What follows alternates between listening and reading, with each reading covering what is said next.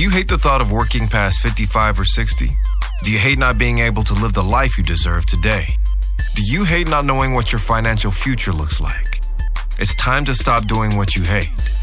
Here's your host, Mr. Harold Green. Hello, everybody. This is Harold Green of Bright Tree Wealth Management, and it is time to stop doing what you hate. Hopefully, you are having a wonderful, fantastic day. I'm doing good. It's been a very interesting week for me, and usually at night, I sleep good, but sometimes a thought or something like that will hit my head, and I can't get it out. And once it hits, it just starts to eat away at me until I spit it out. And the only way I do that is by getting on this microphone and talking to you folks about the things that are in my mind and the things that I think that will help you definitely get from the 97% to the 3%.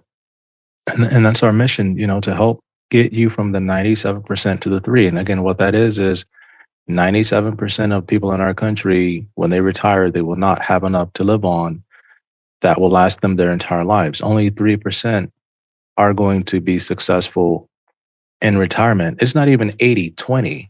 This is how crazy this is, and I'm going to tell you why. But I want to talk to you a little bit about my week because it was a very interesting week. I thought last week was hard. I got hit with something so hard this week that it just kind of shook me. And I'll get through it. I always do, because that's what we do. We keep it moving. And one of the interesting things that happened this week, in the last couple of weeks, I've been spending a lot of time with clients on the phone with different various platforms, helping them move money, rolling over their 401ks, getting them retired. And there's this one client, and her name is Dawn. I'm not going to say her last name, but she just retired. And she was just so excited. She's loving her retirement.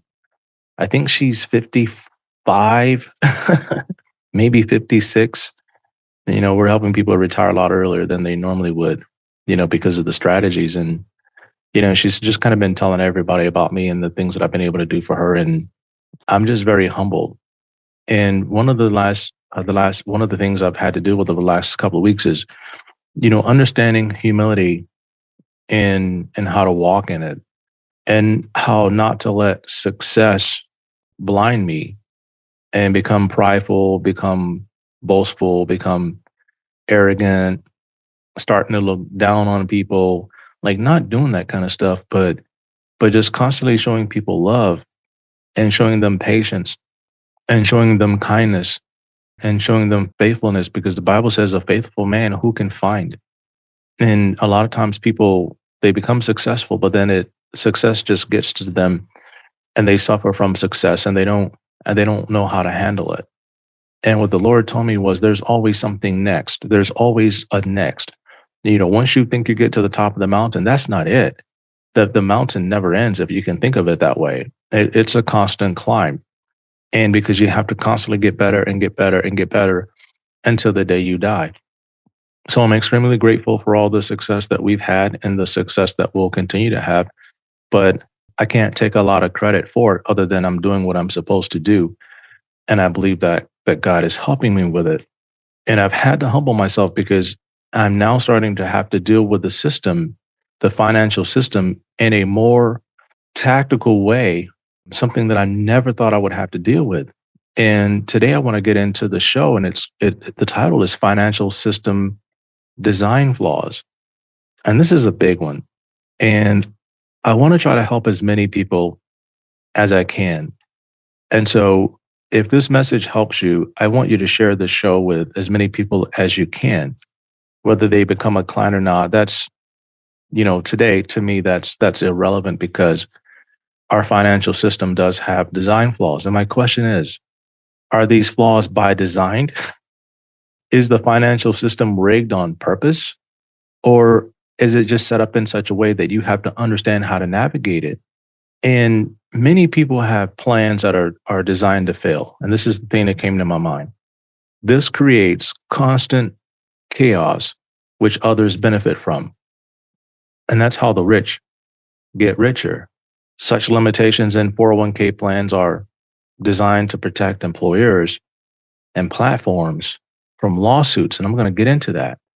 Understanding what your options are and then maximizing efficiency in your finances. That's going to be key to overcoming obstacles and then winning the retirement grand prize. We're going to call it the retirement grand prize. That's being able to walk away out of your job when the time is right, and then just kind of walking into the next phase of your life, knowing that it's all going to be covered. And so I'm going to talk about the three different systems that I feel that are extremely flawed and give you some ideas as to how you can overcome them. So are you ready? 1, 2, 3, let's get it. Now, the first system is very basic. It's the banking system. And a lot of people see the bank as a place to like store money. It helps them afford the things they want to, like buying groceries, and just it's really basic. And you wouldn't believe how many people in our country don't even understand the banking system and how to make it work towards your advantage. And I'm going to substitute the word banking system for cash flow system because that's simply what it is. It's a cash flow in and out.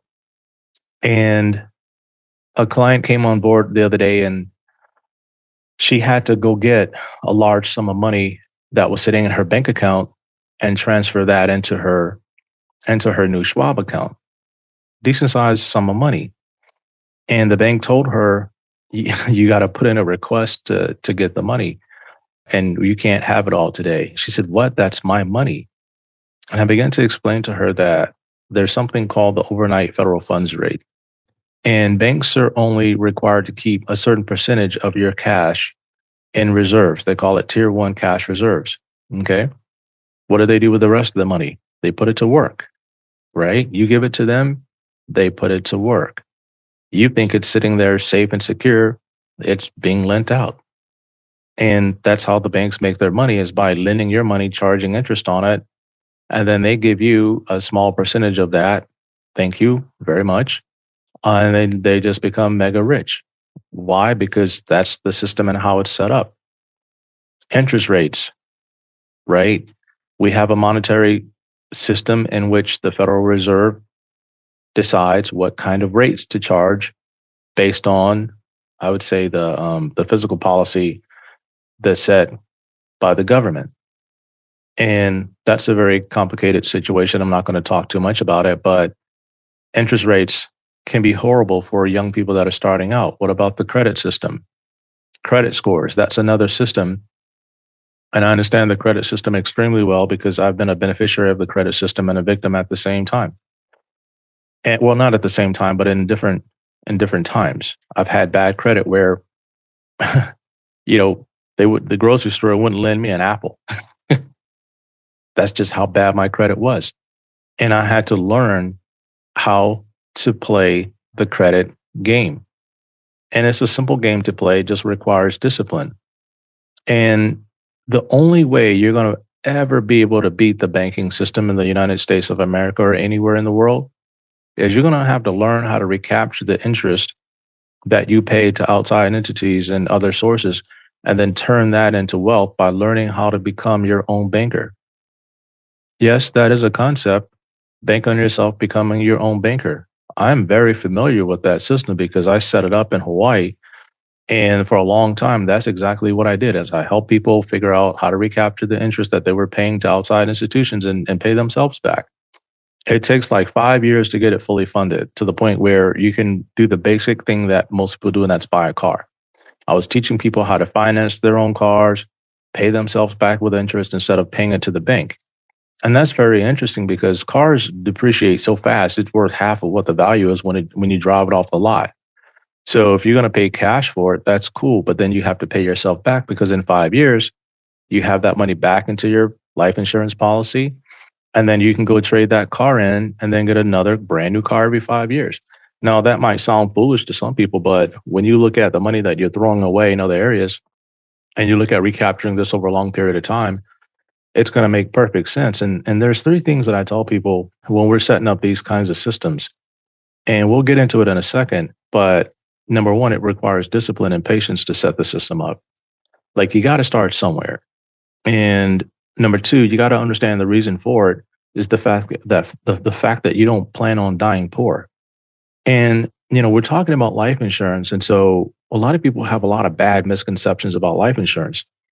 And it's also going to require you to drown out the noise or chaos created by financial institutions, media, and then biased financial professionals, because there's a lot of bias out there. There's a lot of bias by the investment guys because they think that life insurance is a scam and there's no rate of return in there. So they pound their chest on investment returns and how life insurance is a bad investment. They start talking about internal rates of returns and all these other crazy things that just it gets people silly. And for me, I'm just simply sharing this with you because I want you to understand how powerful this is. I'm about to get into investments, and investments do carry risk of loss. And so you have to understand your time horizon, do your due diligence, understand your risk tolerance, because past performance is no indicator of future results. I had to put that out there. And what I did is a long time ago, I started life insurance policies like every 2 years. I didn't have a 401k plan. We just simply pounded money into our life insurance policies because I wanted to someday have $1 million in cash in my life insurance policy, because that's all I knew. That's all I knew. And I knew that if I got there to that point, and I looked at the dividends on my life insurance policies, it was going to give me like 150,000 a year just in dividends alone. And the dividends are not guaranteed, but they've been paid 100 years. I mean, paid every year for the last 100 something years, as long as dividend insurance has been around. So I felt like, man, this is a very secure system, but it required intensive amounts of cash. And so that forced me to be super disciplined about where I was sending my money. And I caught it, and some of my clients caught it. But again, with anything that's new, people get excited about it, they get started, and then just go to go talk to their buddies. And what are you doing? I'm doing bank on myself. Well, that's an insurance scam. What are you doing? You're wasting money. And the next thing you know, they stop funding their plans.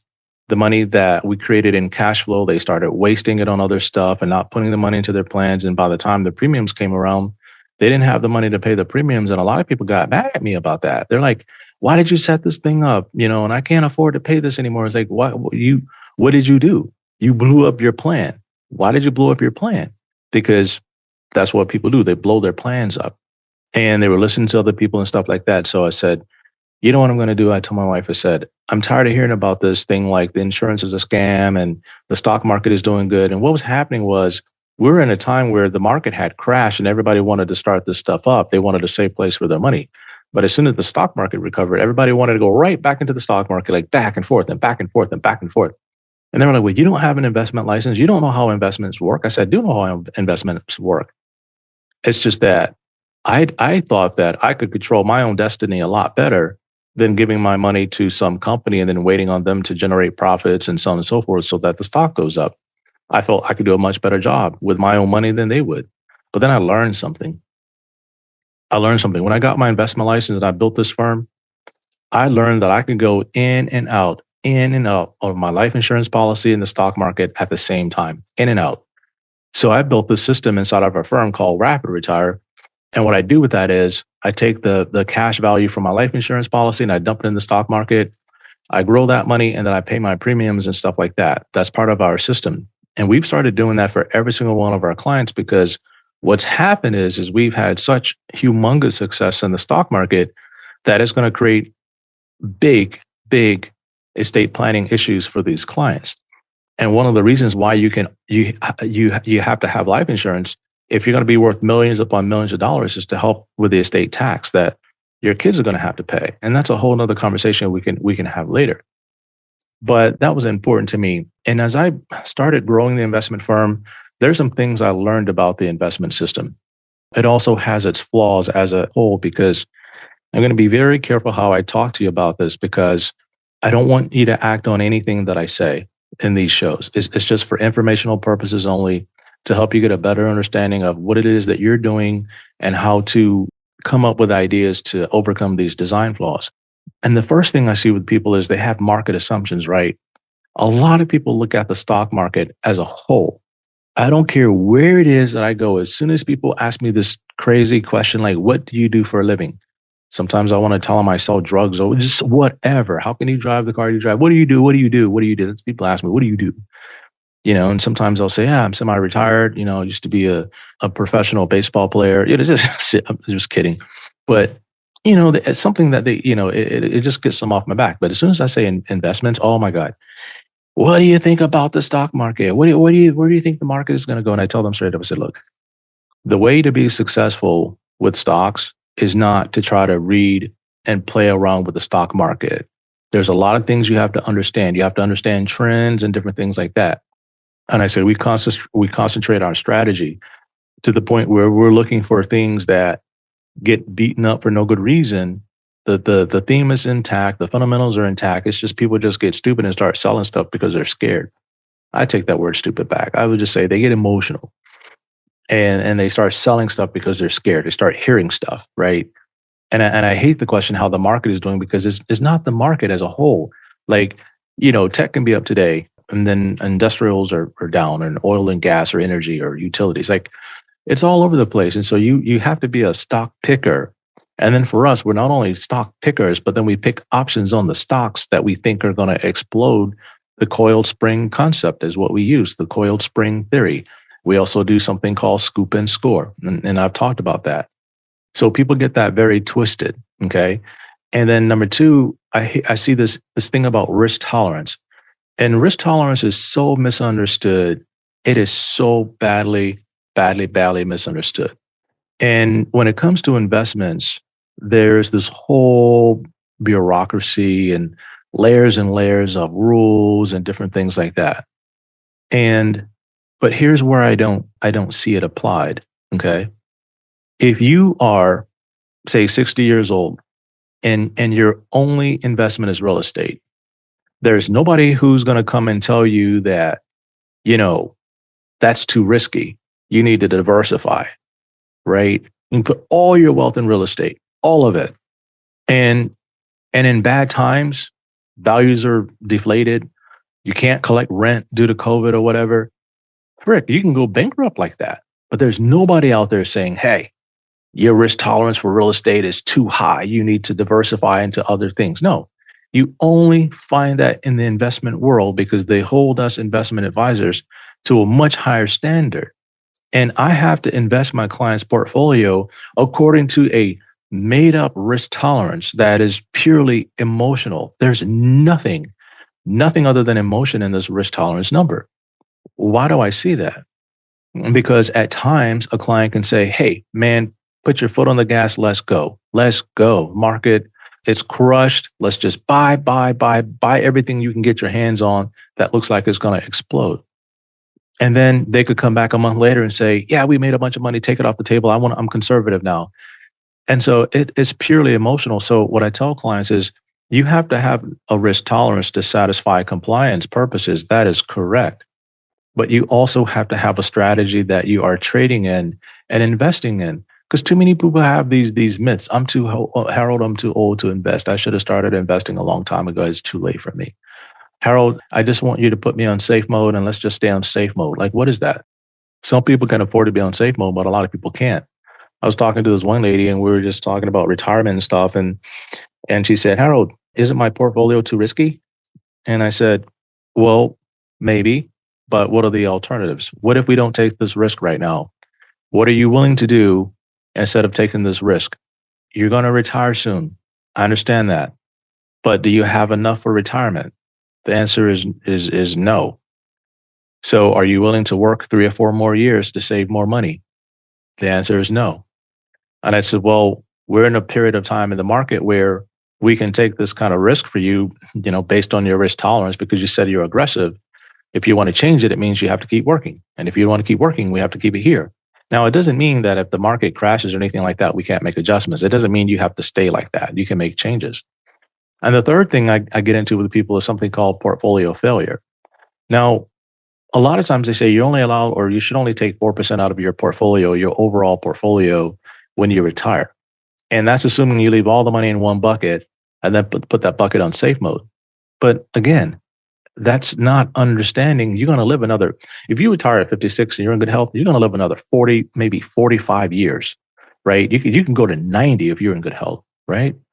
At 4%, and you only have like $1 million, that's $40,000 a year. That ain't going to work.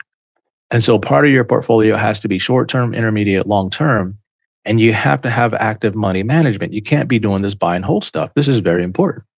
And then number 4, there's a lot of investment professionals who are just like, they're just not good at their jobs. They miss trends, they miss themes because they're straight up biased. And I hear it all the time. Yeah, we sold all our tech. We don't have any tech. We're in this. And it's like, well, you missed the biggest run up. I'm sure your clients aren't happy about that.